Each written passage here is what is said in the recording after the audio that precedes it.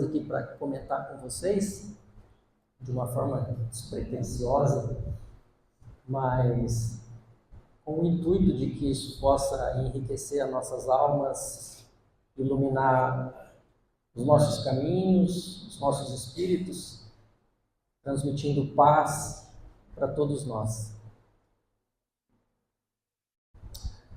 O Chico uma vez lembrou que Emmanuel houvera feito a ele uma advertência muito séria, muito interessante. Então ele disse assim, o Emmanuel falou para ele: Chico, se alguém aparecer para você dizendo que vai varrer o mundo, não discuta, dê a ele uma vassoura. E eu fiquei pensando sobre isso, né? Que tem muito a ver com o tema que nós vamos discorrer hoje do Evangelho. Porque isso está falando de uma coisa muito importante, de uma competência muito importante que todos nós temos, que é a vontade. A psicanálise nos afirma que nós somos seres desejantes. Nós estamos desejando incessantemente. E isso é que faz com que nós vivamos. Isso é o fluxo da vida. É estarmos incessantemente desejando. Então somos seres desejantes. No entanto, o que nós precisamos estar atentos sobre a consciência dessa pulsão que é o desejo está relacionado à vontade. Porque o desejo, nós não controlamos ele, mas a vontade nós controlamos. A vontade, ela é uma atitude.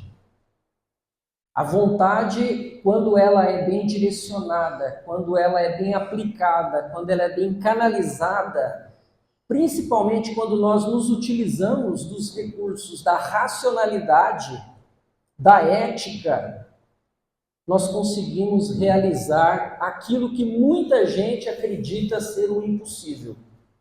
E o impossível, ele acontece. Então, nesse capítulo do Evangelho, que eu trouxe aqui para vocês, que é o capítulo 25 do Evangelho, é intitulado Buscai e achareis. Jesus, ele diz o seguinte para a gente: pedi e se vos dará. Buscais e achareis. Batei a porta e se vos abrirá. Porque quem pede, recebe. Quem procura, acha. E se abrirá aquele que bater a porta. Também, qual é o homem dentre vós que dá uma pedra ao filho quando lhe pede pão? Ou se lhe pede um peixe, lhe dará uma serpente? Se, pois, sendo maus como sois, sabeis dar boas coisas aos vossos filhos, com quanto mais forte razão vosso Pai que está nos céus dará os verdadeiros bens àqueles que lhes pedem. Olha que interessante isso que Jesus vem colocar para a gente de uma forma tão clara. Jesus não usa aqui uma linguagem tão figurada, ele vai direto ao ponto. Quando ele fala assim, olha, bate, que vai abrir. Procura, se você vai achar. Ele coloca como uma coisa muito certa, uma coisa muito exata. E para isso, para confirmar isso, ele usa uma lógica. Uma lógica que nós aplicamos na nossa vida comum. Você está duvidando disso? Que se você bater, você vai achar, se você procurar, você acha, se você bater, a porta vai se abrir? Ele então faz uma analogia com a nossa vida terrena. Qual é o pai ou a mãe aqui que o filho pede um pão e ele dá uma pedra? Principalmente a mãe, né? Não é? A mãe é uma coisa. Mãe, olha, a melhor representação de Deus que a gente tem aqui na Terra é a mãe.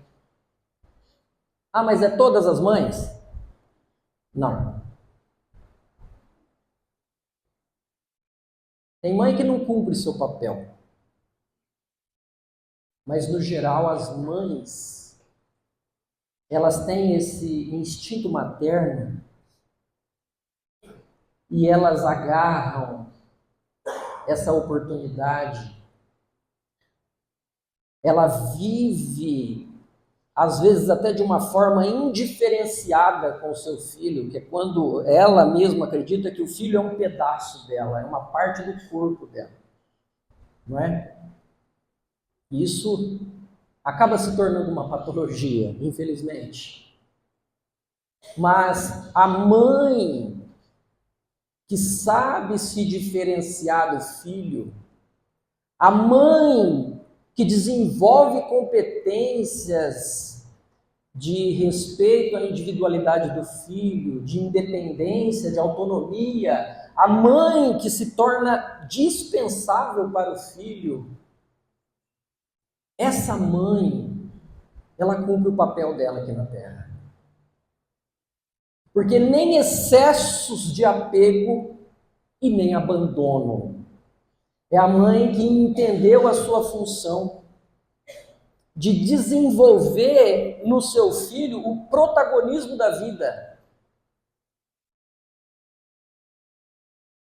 Eu lembro muito da minha mãe falando aqui. E eu reverencio muito a minha mãe. Porque minha mãe, ela é dessas mães. E juntava os filhos tudo debaixo da asa, como aquela galinha choca. E ela sempre fazia o melhor.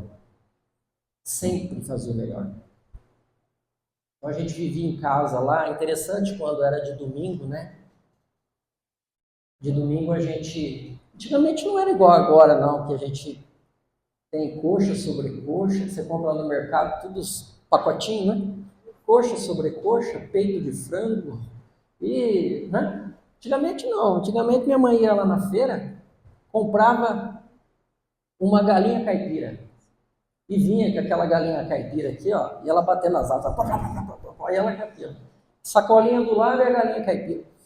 Isso era 8 horas da manhã, eu já estava acordando, ela botava no pé da cadeira a galinha amarrada, e eu olhava para aquela galinha assim e falava, coitada, daqui a pouco a minha mãe vai fazer aquela cena horrível, né, de destroncamento do pescoço. É, gente, vocês assustam, era assim. Tem muita gente aqui que não viveu isso, né? Ah, e ela pegava, até virava de lado assim, destroncava, vai, e falava, sai daqui, porque se ela ficar com dor, a galinha não morre. Não é assim? Não é? E aí tinha todo um processo, porque aí tinha que depenar a galinha, aliás, tinha que colocar no fogo, ela botava água para ferver, aí mergulhava na água quente, depenava, não é assim? Depois sapecava ela, ficava aquele cheiro de pena. Até hoje, quando eu sinto um cheiro de pena, eu lembro da minha mãe, aquele cheiro queimado, sapecava, né? Aí começava a retalhar aquela galinha, cortar as partes dela, os pedaços, e fazia aquela galinha na panela, e fazia uma polenta, ou ela fazia um macarrão de domingo de manhã, e reunia fiarada toda. Então lá em casa era a minha irmã mais velha, o meu irmão, eu, meu irmão mais novo, minha irmãzinha, o meu pai quando estava em casa, porque meu pai sempre viajou muito, era caminhoneiro, sentava tudo ali à beira da mesa, em volta da mesa, e a gente ia comer. A gente ia comer a galinha caipira. Ah, tinha também o sogro e a sogra, que ela cuidou até desencarnar. Como se fosse o pai e a mãe dela. Né? Minha mãe era arretada. Hoje, tadinha, tá lá, cheia de limitações. mas tem uma paz, uma tranquilidade no coração, que eu olho e falo assim, tá aí, posso chamar ela de um espírito completista, como André Luiz cita nas suas obras, né? E todo o sacrifício dela valeu a pena. Ela traz a paz da consciência tranquila, porque ela sofreu para fazer tudo que ela fez pela gente. A gente guarda uma gratidão enorme por ela. E aí, então, quando ia dividir as partes da galinha, né? Quem comia a coxa? O pai. O pai comia a coxa, né? E eu gostava do pescoço de frango. Vocês gostam de pescoço de frango, gente? Quem gosta de pescoço de frango? Você gosta? Uma delícia, não é? Gostou do pescoço de frango? Porque ele fica tortinho e fica direitinho na boca. Não é? Você arranca toda aquela parte de carne, é uma delícia. Então, e o que a mãe comia? Ela comia o que sobrava. Ela comia o que sobrava para ela. Ah, não tô com fome não. Não, come aí, eu não tô com fome não, depois eu como. Mãe, pega. Não, depois eu como. Sempre era assim. Ela deixava todo mundo comer. O que sobrasse ela comia. Né? Então Jesus vem falar assim: quem de vós, sendo maus como sois, que dá uma serpente para o filho, se o filho te pede um pão, te pede um peixe. Então, se compararmos aqui, nós sendo espíritos dentro de um planeta, de um mundo de provas e expiações, a gente dá o melhor para os nossos filhos, que dirá Deus. Jesus, ele vem chamar a gente para fazer um raciocínio. Olha, gente, vamos pensar. Vocês estão duvidando? Então vamos pensar. A tua mãe, o teu pai, embora eles sejam tão bons, eles ainda são espíritos de um nível mediano baixo de evolução. E dá o melhor para os seus filhos. Imagina Deus, na sua infinita bondade e justiça. Então, quando o Evangelho vem falar isso para a gente, pedi e se vos dará, buscai e achareis, batei a porta e abrir-se-vos-á. Ele está falando aqui de duas coisas muito importantes. Em primeiro lugar, ele está falando da confiança. Da confiança em Deus. Aquela confiança que faz com que você imprima uma vontade e vai de encontro. E a certeza de que você vai achar.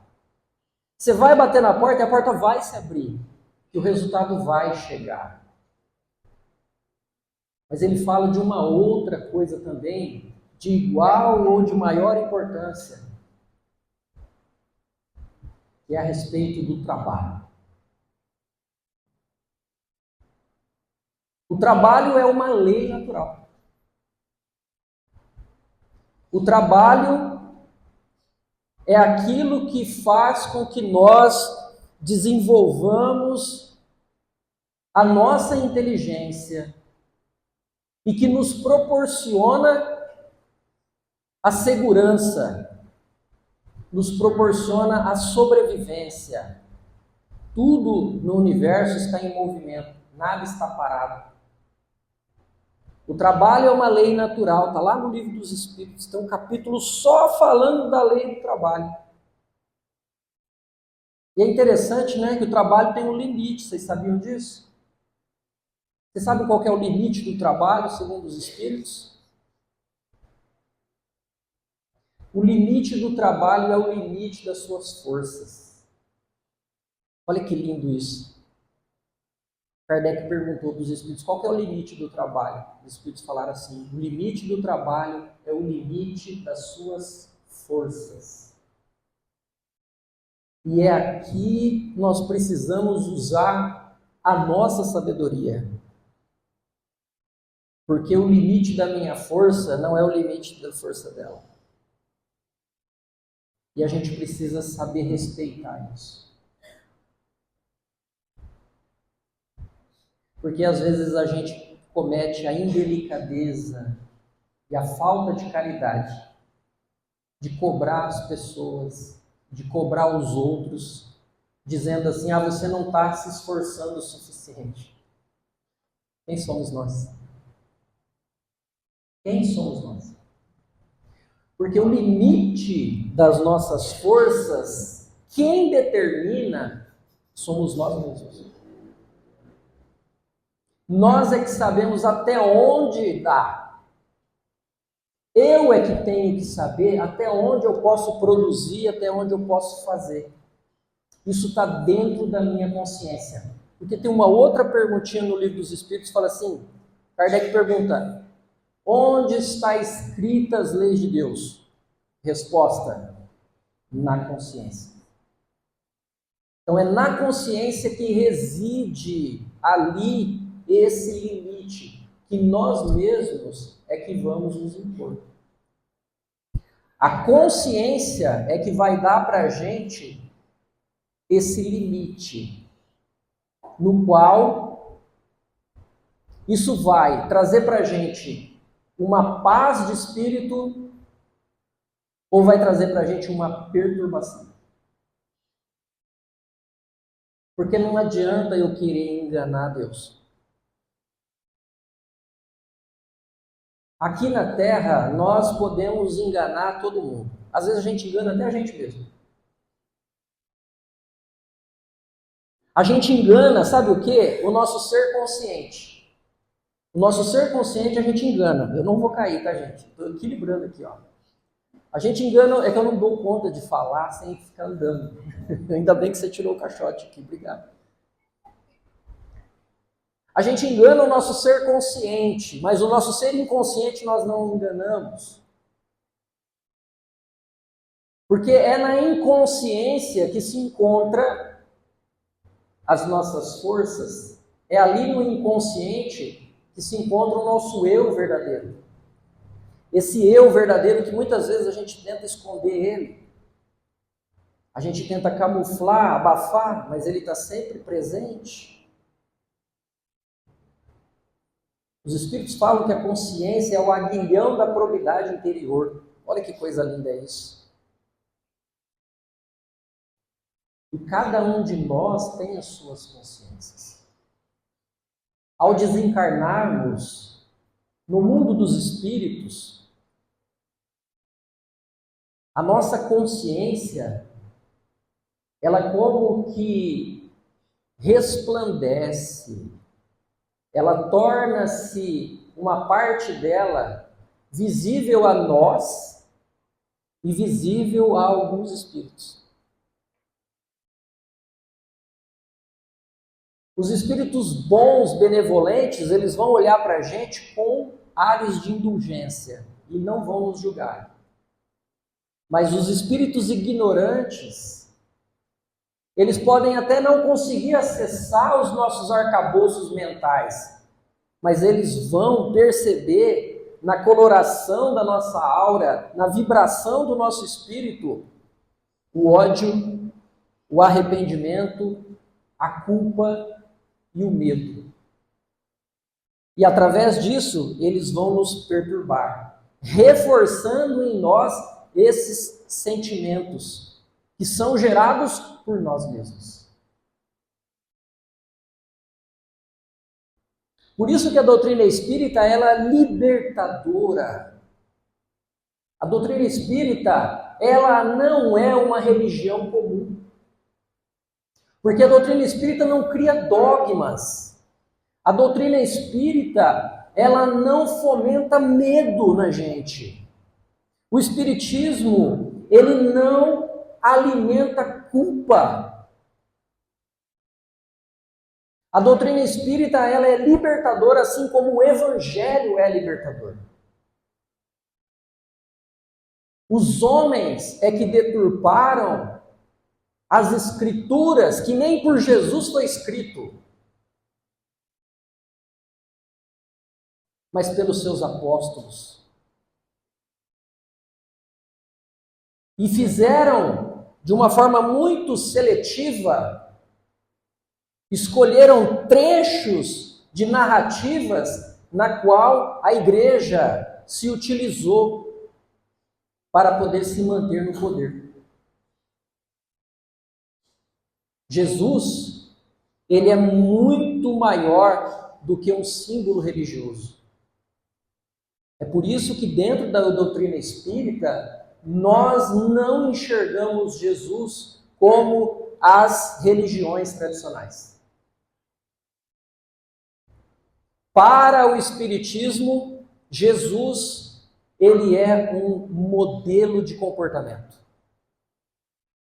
Para a doutrina espírita, Jesus é um guia para a nossa evolução espiritual. Jesus é o espírito mais puro que pisou na face da terra. Ele é incomparável. O nível de hierarquia no mundo espiritual de Jesus é tão grande, é tão alto, que ele já era o Cristo quando a terra foi formada. Quando as partículas foram dissipadas através do Sol e esse caos aparente formou o nosso planeta, ele estava ali direcionando as suas energias para a formação do globo, segundo Emmanuel, no livro A Caminho da Luz. Então nós não fazemos ideia da superioridade desse espírito. Colocar Jesus dentro de uma religião é reduzi-lo. Ele está muito à frente de todos os filósofos, de todos os pensadores que vieram aqui à Terra. Embora eles tragam as suas ideias originais, nobres, que ajudam na evolução espiritual do planeta, mas eles são espíritos ainda muito atrasados perto de Jesus Cristo. Então a mensagem do Evangelho não é uma mensagem que vem provocar em nenhum de nós o medo e nem a culpa. Mas nós estamos condicionados a isso. Porque isso faz parte da nossa educação. Quando Jesus vem falar, buscar e acharei, bater a porta e abrir-se-vos-á, ele está falando de duas coisas importantíssimas, que é a confiança em Deus irrestrita, num Pai amorável, justo e bom. Mas ele fala também da vontade, da atitude, do trabalho. Porque nada vem de graça.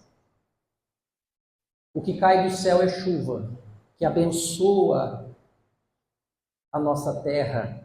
É o sol que nos aquece, que promove a vida. Mas para conquistar a nossa subsistência, o nosso conforto, termos a nossa segurança, nós precisamos mexer os nossos braços. Precisamos mexer os nossos corpos. Precisamos ativar os nossos neurônios e pensarmos. Desenvolvermos a nossa inteligência. E para vivermos em sociedade de uma forma equilibrada e tranquila, nós também temos que colocar em prática os nossos sentimentos. O sentimento de amor, o sentimento de caridade. E a inteligência deveria nos levar a essa conclusão. O problema é que nós somos ainda espíritos arraigados aos nossos medos e arraigados às nossas culpas. Culpa secular, segundo diz Joana de Ângeles. Medos que cada um de nós alimenta e que nos boicota, medos que nos travam a jornada terrena. Buscai e achareis, batei e abrir-se-vos-á. Essa é a mensagem de Jesus para todas as nossas ações, para todas as nossas lutas, para todas as nossas dificuldades.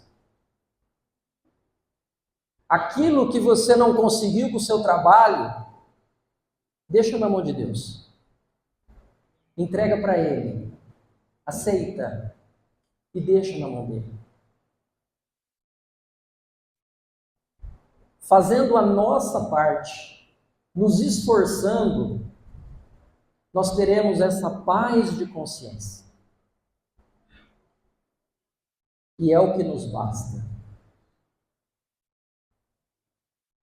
Quando a gente observa esse trecho do Evangelho, em que Jesus vem falar isso para a gente, em termos de aplicação da vontade, em termos do trabalho, nós precisamos refletir de como nós estamos pedindo a Deus as coisas.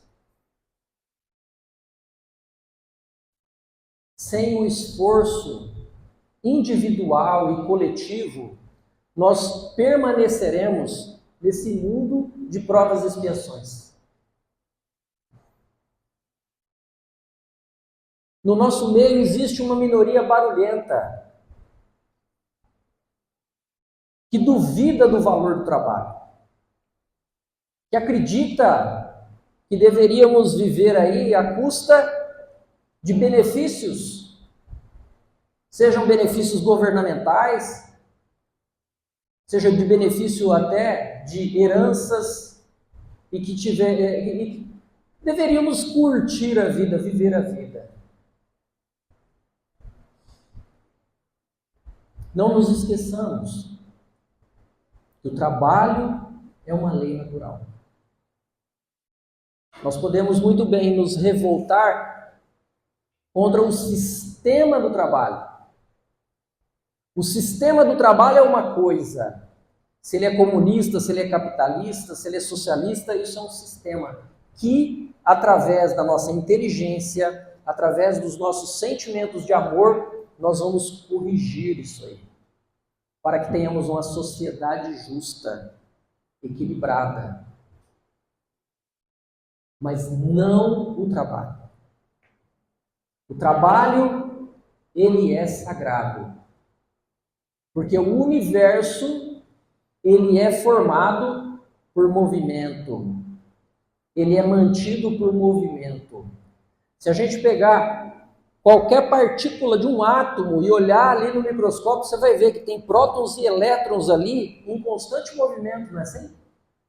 Porque a matéria está trabalhando, a matéria está em movimento.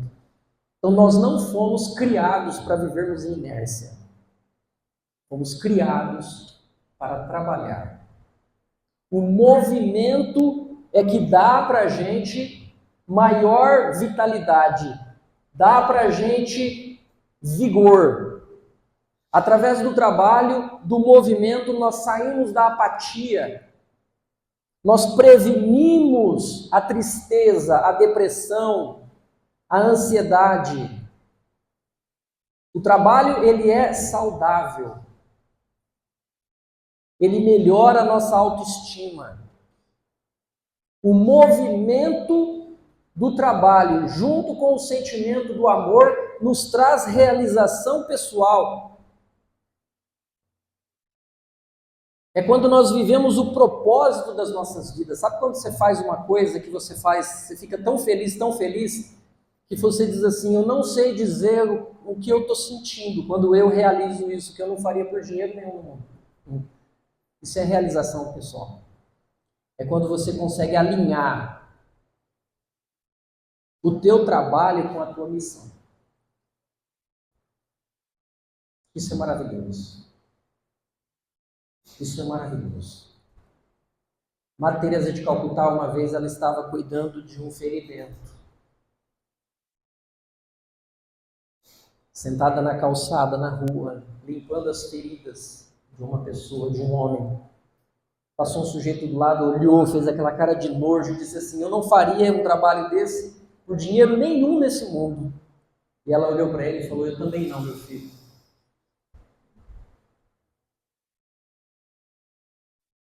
Porque ela estava fazendo o trabalho dela.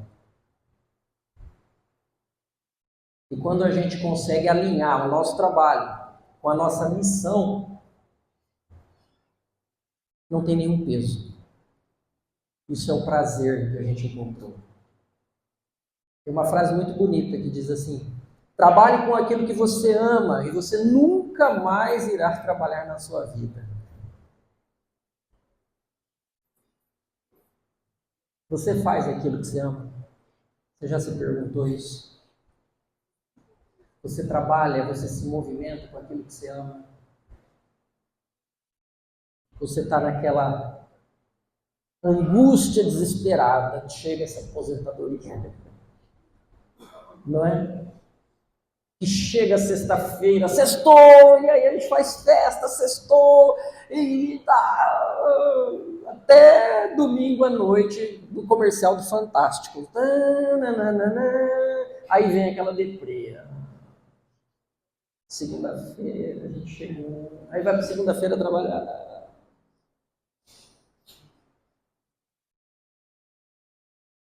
Então, quando a gente trabalha 6 dias na semana, esperando um dia para poder ser feliz, tem alguma coisa errada, não é com a semana, tem alguma coisa errada com a gente.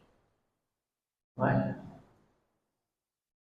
Mas tem muitas questões envolvidas aí. Desde a nossa formação, da nossa criação.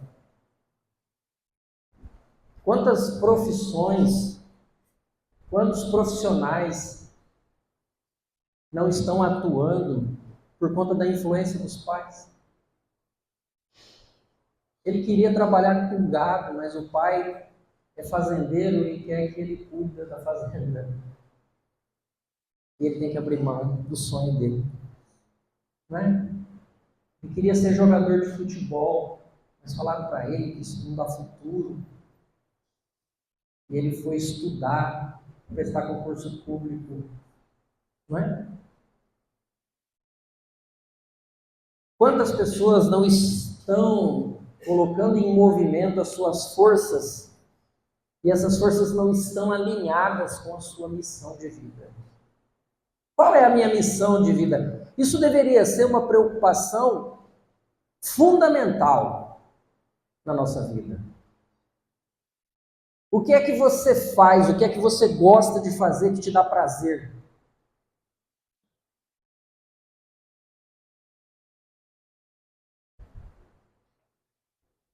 Porque as nossas profissões, muitas delas são escolhidas por conta do reforço secundário. Esse reforço secundário pode ser dinheiro ou status social. E nem sempre aquilo que está alinhado com a tua missão significa que você vai ganhar dinheiro ou que você vai ganhar muito dinheiro. É onde as paixões, elas vêm e acabam nos deixando cegos e atrapalhando o nosso roteiro de vida. É por isso que nós estamos adoecendo. É por isso que a ansiedade está tomando conta da nossa vida. É por isso que a depressão avança a passos galopantes. Porque somos uma sociedade de ansiosos e depressivos. Estamos trabalhando de segunda a quinta, aguardando a sexta-feira, para colocarmos um sorriso no rosto e trabalharmos de bom humor. Ah, e por que está sorrindo? Ah, hoje é sexta-feira. Aí aparece aquele espírita sorrindo de segunda-feira no serviço e o pessoal começa a tomar ódio do espiritismo. Aí, porque ela é espírita, está sorrindo, ó, espírita sorri, só espírita para sorrir de segunda-feira. Não, o espírita não é melhor do que ninguém, mas o espiritismo, ele nos mostra o porquê da vida. O espiritismo, ele nos coloca com os pés no chão e a gente deixa de viver de ilusão. O Espiritismo frustra a gente. Porque a gente chega aqui acreditando que o problema nosso é o marido, que o problema nosso é os filhos, que o problema nosso é a esposa, que o problema nosso é o chefe, que o problema nosso é o governo, que o problema nosso é o vizinho, que o problema nosso é o prefeito. E aí a gente toma um banho de água gelada.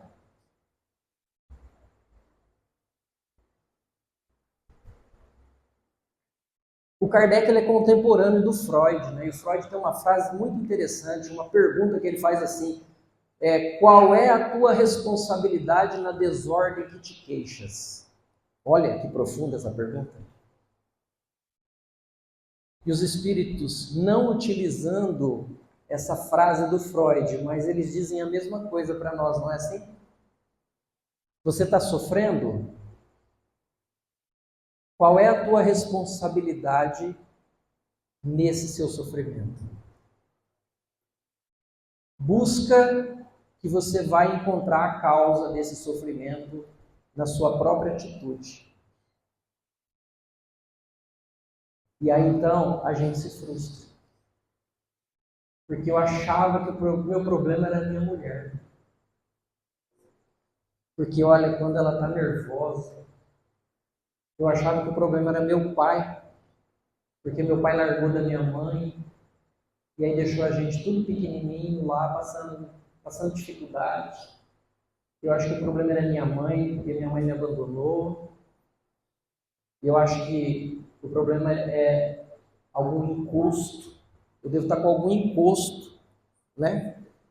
Porque eu sinto um cansaço, eu sinto umas dificuldades, então deve ter um espírito ruim que está me atrapalhando. Mas, ó, lá no centro tem uns médiums lá poderosos. Eles vêm, eles colocam a mão, eles dão um passe.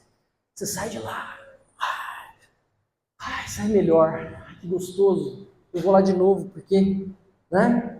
Estranho, porque isso dura 3 dias. 3 dias eu fico bom. Então eu vou lá de novo tomar passe, porque eu saio bom, eu fico mais 3 dias bom, depois volto de novo, e aí eu tomo passe, volto. Até que o dirigente da casa chega e fala assim: vem cá, você não quer estudar? Não tenho tempo, não dá, essa semana não dá, tem beach tênis na quarta, tem churrasquinho na quinta, sexta-feira não dá para ajudar na sopa, porque, né?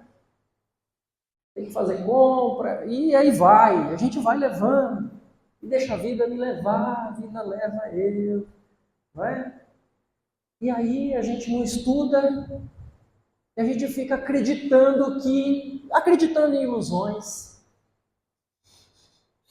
Você tem medo de espírito? Não. O espírito não faz mal pra gente, ó. Nossa, você está falando, Evaldo? Espírito não faz mal para você? Não é o Evaldo que está falando, não. Eu não falo nada que é meu aqui. Eu falo pautado na doutrina espírita. Vocês acreditam que um espírito mau, com a ajuda de uma pessoa encarnada, ele pode fazer mal a uma terceira pessoa? Vocês acham que é possível? Vocês acham que isso é possível? Vocês acham? Não, senhor. Não é possível. Eita, quem chamou esse palestrante aqui para falar besteira, né? Não. Quem tiver com o Livro dos Espíritos aí, pega a pergunta 551 do Livro dos Espíritos.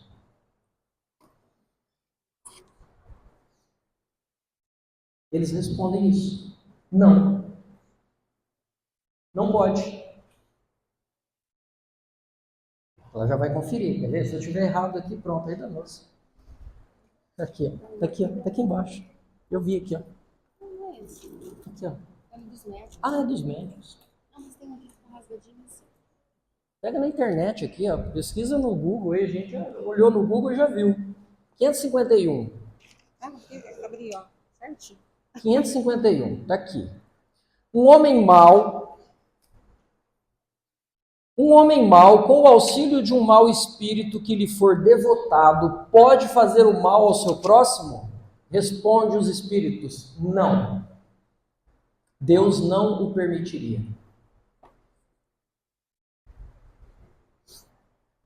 Deus não permite. Deus não permite que se faça o mal pelo mal.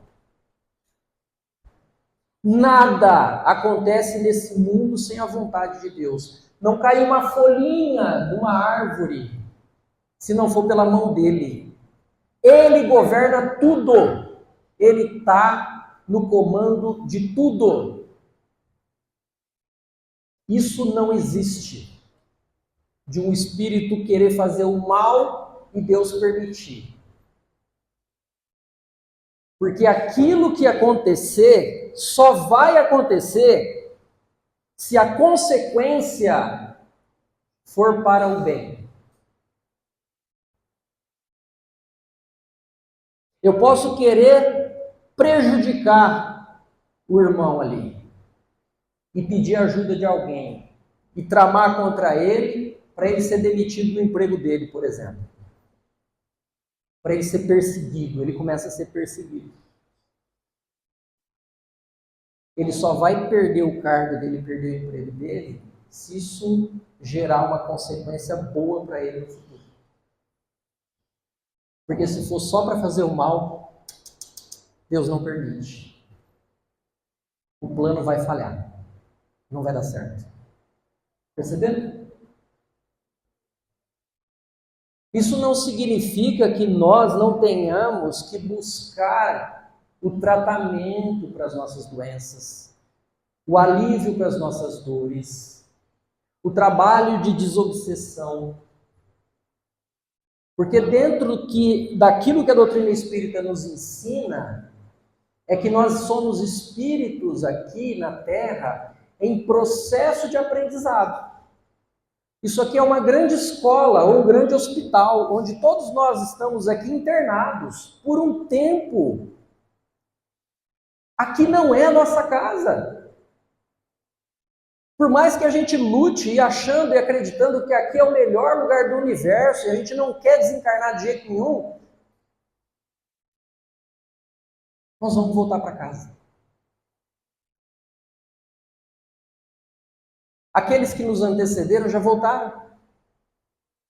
Embora a gente fica querendo que eles estejam aqui conosco, chorando, para que eles estejam aqui do nosso lado, como se aqui fosse o melhor lugar para eles. Não, não é aqui, nós não somos daqui. E em processo de aprendizagem, nós precisamos passar pela metodologia pedagógica. Através de disciplinas que a gente vai, no decorrer da vida, desenvolver. Então, no momento certo da tua vida, você vai passar por uma traição. Em um momento da vida, você vai se sentir abandonado pelos seus filhos. Em um momento da vida, você vai viver uma solidão.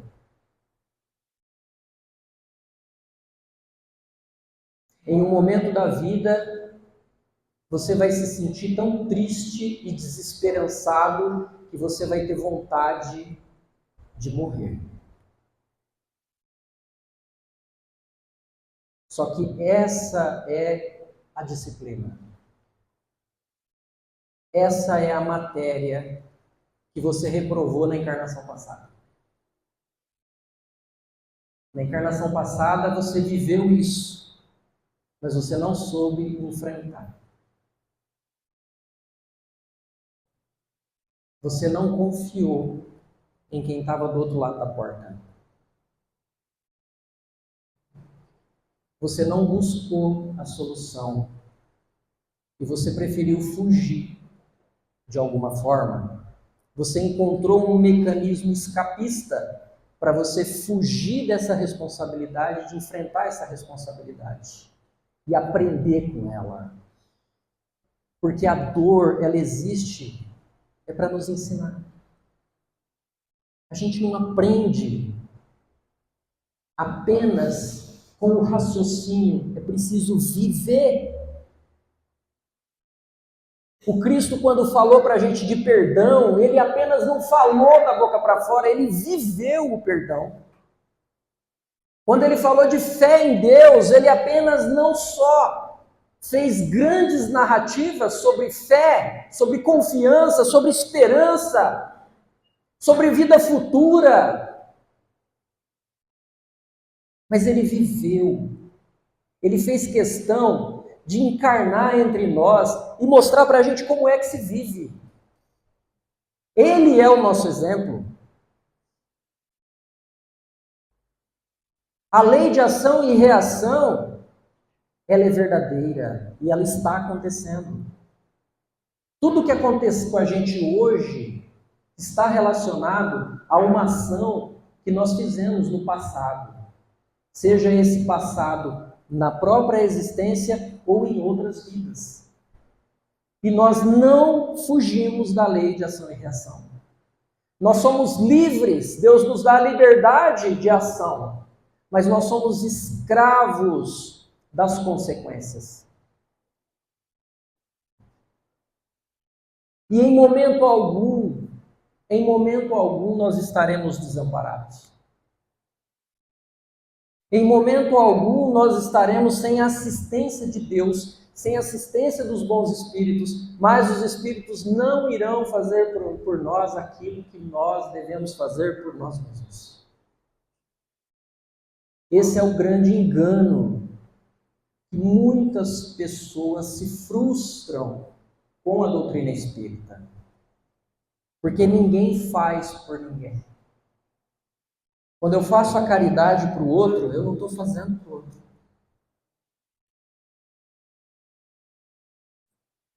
Eu não tenho que me envaidecer, mas eu não posso deixar de me gratificar por isso. Nós estamos nos esquecendo, dentro das nossas práticas doutrinárias, assistenciais, desse comportamento fundamental para o desenvolvimento de repertórios comportamentais positivos para termos enfrentamentos diante dos desafios da vida, que é o autorreforço. O que é o autorreforço? É você se gratificar pelo bem que você fez. O que a mão esquerda dá, não precisa que a mão direita fique sabendo, não é assim? Isso é desnecessário você sair fazendo divulgação daquilo que você faz de bem para os outros. Mas você não pode, de maneira alguma, deixar de se gratificar pelo bem que você proporcionou para os outros. Você precisa se reforçar. Quando o teu filho, ele pega o pratinho dele, vai lá e coloca na pia e lava o pratinho dele na pia, o que você diz para ele? Meu filho, parabéns. A mamãe ficou feliz porque você lavou seu prato. Não é assim? Isso é reforço. Porque quando você reforça a criança, através de um elogio em público, você aumenta a probabilidade dela repetir aquele comportamento. Não é punindo a criança porque ela não lavou o prato. A punição não educa. É reforçando positivamente. Agora, se isso funciona com o teu filho, por que não funciona com você? Por que você não se reforça? Por que você tem que ficar acreditando que você tem que fazer muita caridade porque no passado você era da guerra, você matou não sei quem, você se suicidou e agora eu tenho que entregar a cesta, agasalho, eu tenho que trabalhar no centro porque eu sou espírito devedor, etc. Para! Chega! Para com isso! O que você está fazendo com você? Jesus fala aqui, se sois maus, não somos espíritos, não somos bons não. Aliás, nem Jesus Nem Jesus aceitou ser chamado de bom. Ele disse que bom era Deus. Somos todos espíritos endividados aqui. E Deus já fez essa bênção com a gente que é esquecer do passado. Então para com esse negócio de ficar, no passado eu fiz não sei o quê e agora eu tenho que compensar com o bem. Não, Senhor, faça o bem para você reforçar aquela crença que você traz dentro de você de valor, de competência, de ser uma pessoa boa. Porque dentro de você existe essa crença de desvalor, de que você é imperfeito, de que você é inferior. Isso não te ajuda em nada.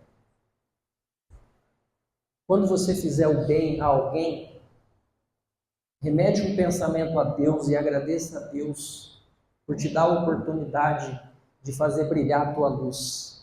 Mas diga a você mesmo, eu faço brilhar a minha luz. Não é para divulgar para os outros, mas é para divulgar para você mesmo. Porque você vai desconstruir essa crença de desvalor que você construiu ao longo dos séculos, que a igreja colocou na tua cabeça, que se você não fizesse a regra certinho, você ia para o inferno, que você não ia ter salvação. Isso está impregnado na nossa mente, a ideia da punição, a ideia do desvalor. Não, de maneira alguma. O que você fez está feito e o passado não se mexe. O futuro você pode construir através do bem, através do amor. Confia no Pai. O Pai é bom, o Pai é justo. Você castigaria seu filho pela eternidade se ele fizesse uma coisa errada? Ou você educaria seu filho? Ora, se você pode fazer isso com o seu filho de uma forma tão pedagógica, porque Deus faria diferente? Na infinita bondade dele. Então a gente precisa se reforçar. Quando você fizer o bem, diga a você mesmo, que bom que eu fiz aquela pessoa sorrir. Eu fiz aquela pessoa sorrir com o meu gesto. Eu fiz a diferença para aquela criança. Eu fiz alguém respirar mais aliviado nessa vida. Eu tenho a luz dentro de mim. Eu faço brilhar a minha luz. Eu posso não ser um espírito de luz, mas eu tenho a luz dentro de mim. Porque Jesus diz, vós sois deuses. Podeis fazer o que eu faço e muito mais, vírgula, se o quiseres. Então que a vontade nos ilumine, que a fé nos guie e que a paz esteja nos nossos corações. Muito obrigado pelo carinho de vocês.